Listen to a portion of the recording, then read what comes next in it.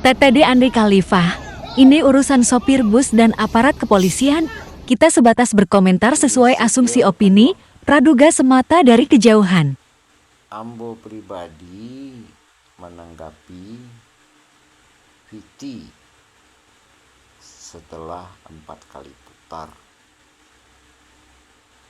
Itu hal yang biasa,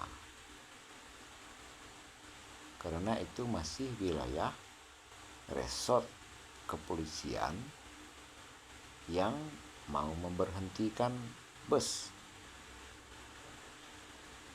Kita lihat tadi dari jauh sang sopir sudah melihat aparat, dan kita sudah juga sama melihat kecepatan bus melaju di dalam terminal. Sebelum dikembangkan lebih jauh, dan kita melihat dari berbagai sudut pandang. Sudut pandang yang pertama, si driver telah melihat petugas ramai berdiri di jalan, mestinya memperlambat kecepatan mobil. Ya. Yang kedua, itu terminal. Banyak anak-anak, banyak orang bingung. Ya. Ada orang tua jompo. Itu bukan arena balap, itu bukan jalan lintas. Ya. Dan kalau masalah ngerem, ya, memperlambat kecepatan mobil, ada yang memandang aparat bertindak semena-mena menghentikan mobil dengan cara meneriaki. Mustahil dengan cara teriak mobil bisa ngerem mendadak.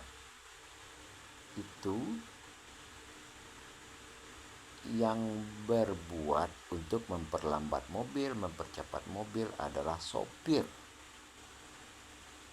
Ya, dan sopir harus menjaga kecepatan tergantung sedang di jalan kelas apa.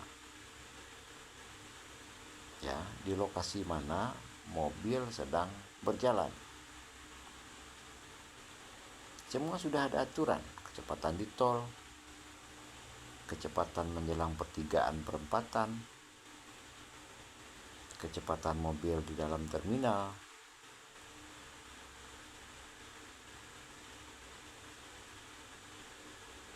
Kalau yang namanya sopir, tidak perlu diajari nyopir.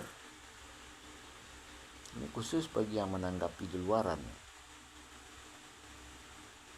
Mungkin sopir itu merasa aman karena pandangannya luas, tidak ada anak-anak nyebrang.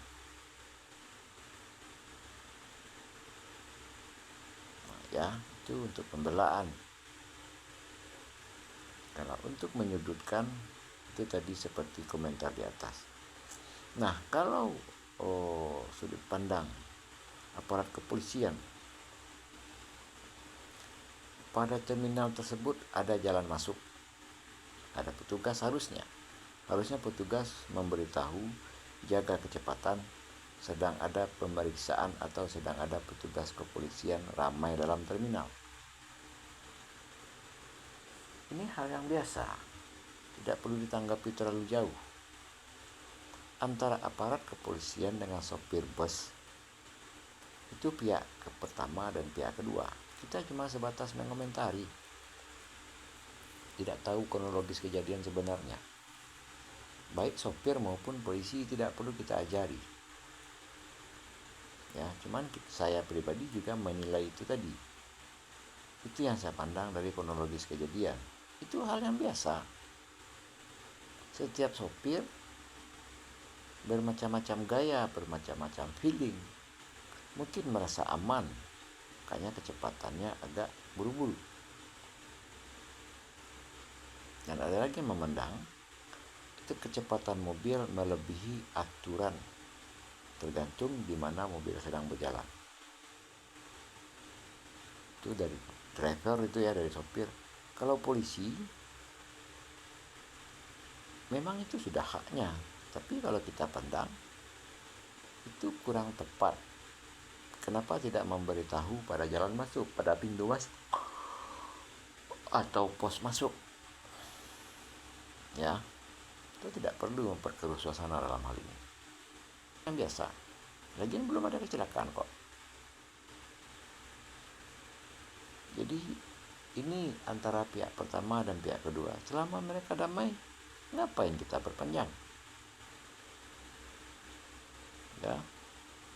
Jadi dari saya begitu saja, sama-sama menjadi ibrah, sama-sama menjadi pelajaran lah buat kita bersama.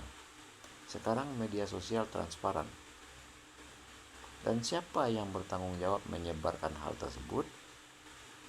Dengan menulis pada layar dengan tulisan "Woi berhenti", lalu ditambah di bawahnya seenaknya saja menghentikan mobil. Ya, izin saya sedikit nih, sama pelajaran buat kita semua. Apakah sudah minta izin sama sopir bus? Apakah sudah minta izin sama kepolisian untuk merekam kejadian ini? Kalau keruh dan kusut, kita yang menggiring opini publik ke arah negatif, terjadi hal keruh dan kusut, tanggung jawabnya di mana? Ya, coba kita memandang dari berbagai sudut pandang. Cuman yang pasti itu adalah urusan pihak pertama dengan pihak kedua. Kita cuma sebatas mengomentari dan hak kita juga mengomentari. Cukup sekian, terima kasih. Wabillahi taufiq hidayah. Assalamualaikum warahmatullahi wabarakatuh.